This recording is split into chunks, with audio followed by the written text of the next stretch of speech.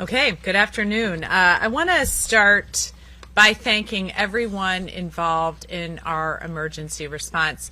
We started prepping for this on Inauguration Day, I remember it well, making calls about the possible upcoming storm.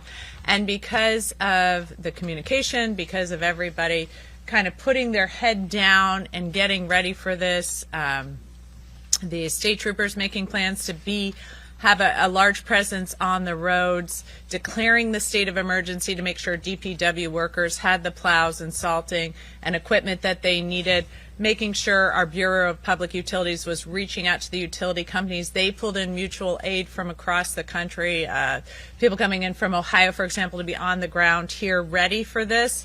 And then our transit, the DOT and NJ Transit, working around the clock to really come up with transit solutions so we could best move people around.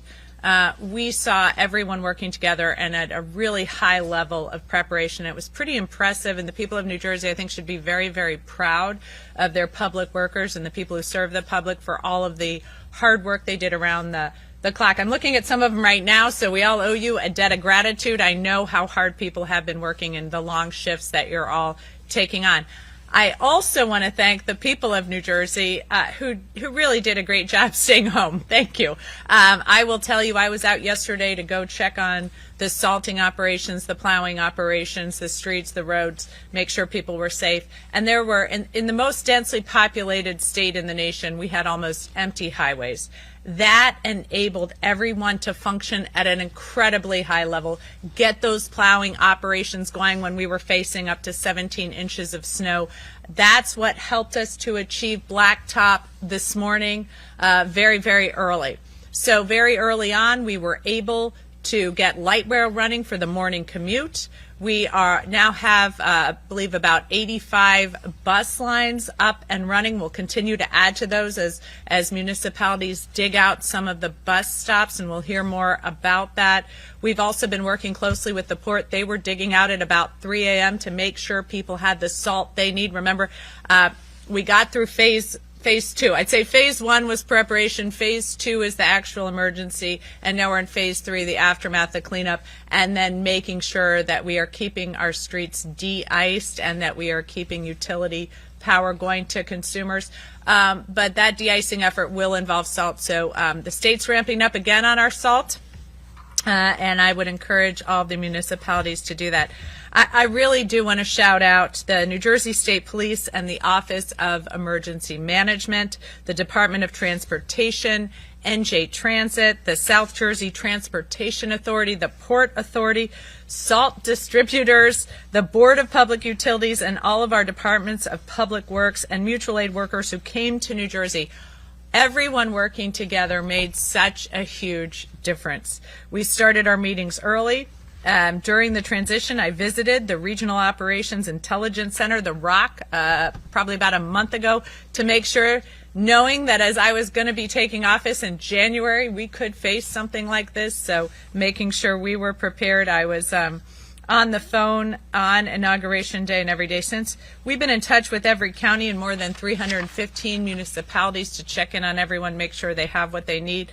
As we endured the worst winter storm in a decade, I declared a state of emergency effective on Saturday at 5 a.m. That was able to get all the resources that we needed. I'm declaring that over. That ended about 15 minutes ago at 12 o'clock. Because I think we've gone through the acute crisis. Now it's post-crisis cleanup and making sure we continue to keep everyone safe through this cold weather we are enduring. I will also let you know that we are continuing to bring up all of our transit. This afternoon we will see most of our train lines coming online. Some of them have already begun. And thanks to the PATH system, that's also running on a weekend schedule. Newark Airport is ramping up as well, and make sure you check on your flight, but many flights are now able to take off and land. The Department of Transportation lifted the commercial vehicle ban at 9 a.m. this morning. Every state highway, interstate turnpike, parkway, and the Atlantic City Expressway has been plowed. DOT is lifting the emergency restrictions, but use common sense. These are wet roads and the temperatures are below freezing. So be careful on bridges, on off and on ramps. Make sure that you aren't, you are aware of ice on the roadways, the possible icing conditions. We're working incredibly hard, but just because you see blacktop doesn't mean that you don't need to exercise caution in these incredibly cold conditions.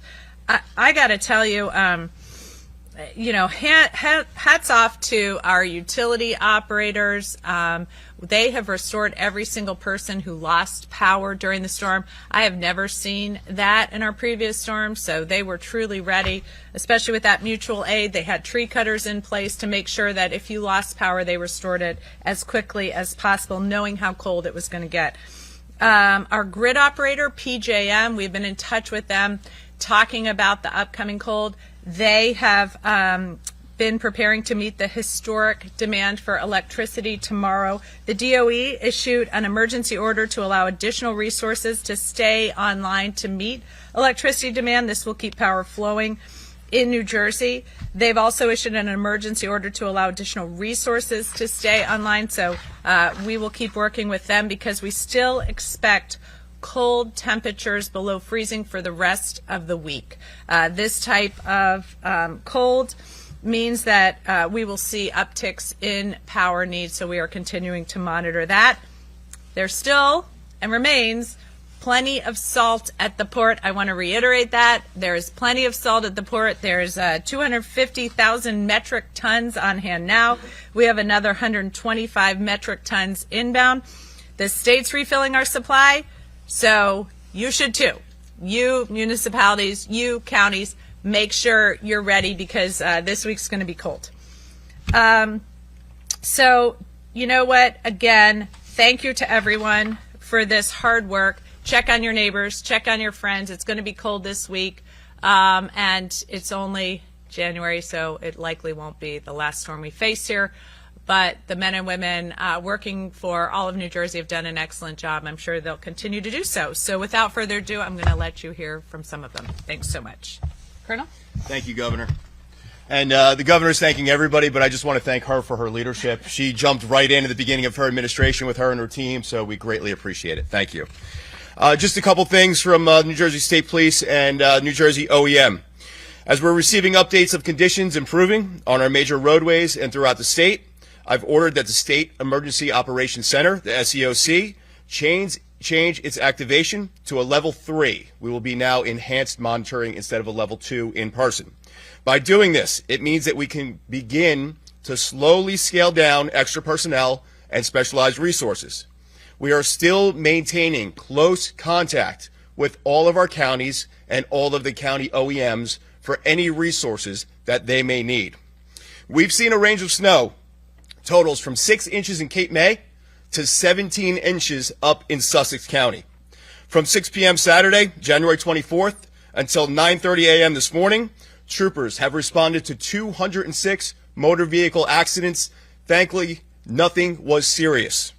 They also responded to 1,130 motorist aids. These are essentially flat tires, people that spun out, nothing serious.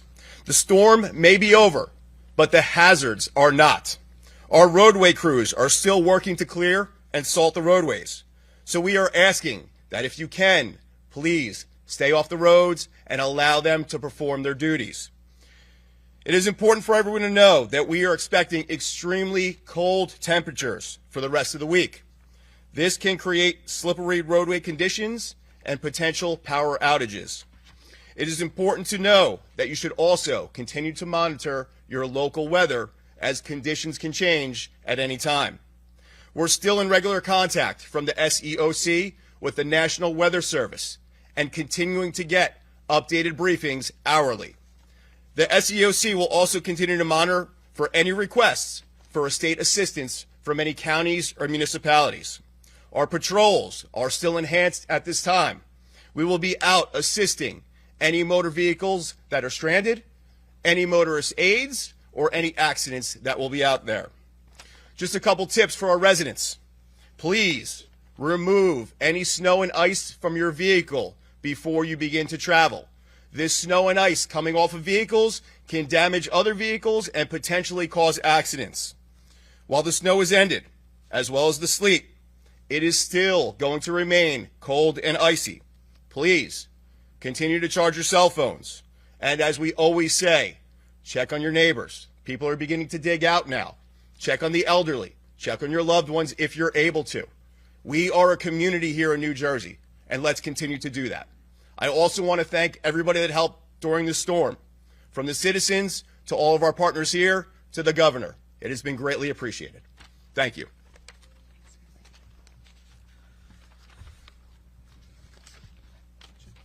Governor, I want to first thank you.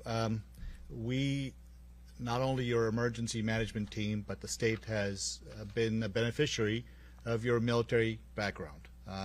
You led with precision. You demanded results.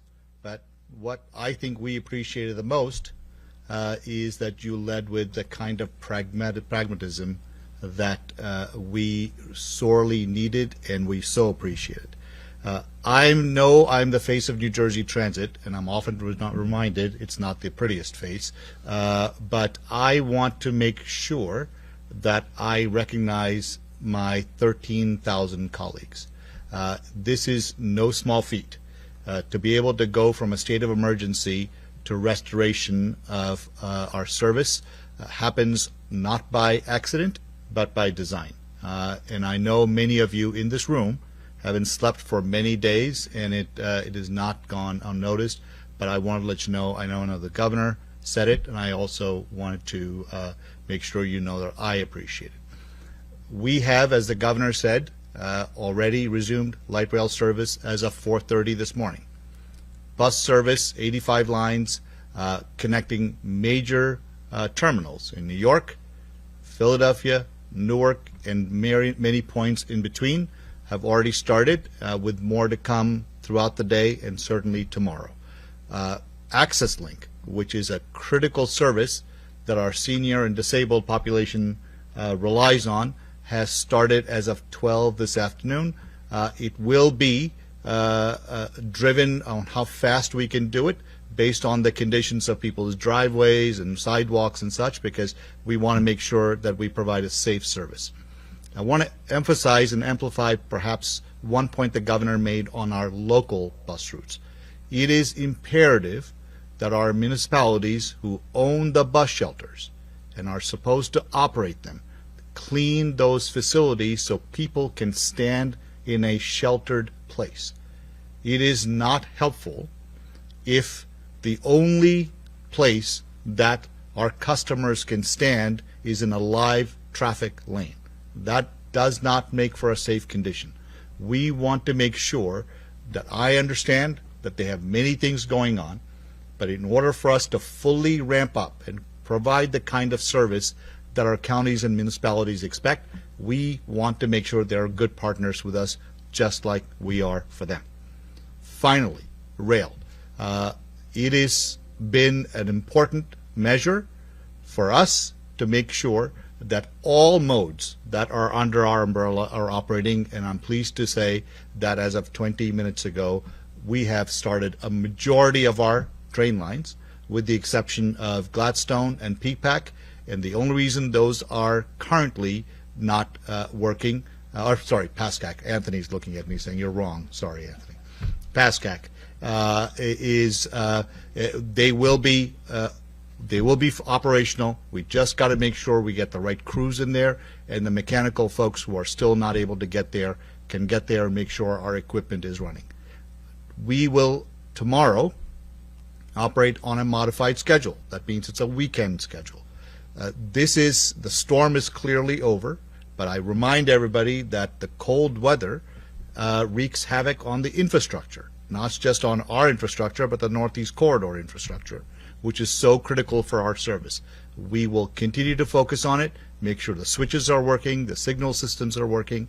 My commitment to the governor since the very first day is, yes, we want the service to work, but we also want to make sure the service is safe and reliable. That is our commitment, but I am so grateful to the governor that she gave us the ability to make decisions and to implement decisions that keep New Jersey safe, New Jerseyans safe, but also to bring the service back in a thoughtful and prudent way, just like we did when we temporarily suspended service. Thank you so much. Thank you. First, I'd like to thank the Governor for all of her support of the New Jersey Department of Transportation, New Jersey Turnpike Authority, and the South Jersey Transportation Authority. I'm pleased to report that all state highways, interstate highways, the New Jersey Turnpike, Garden State Parkway, and Atlantic City Expressway are back to black pavement and running water.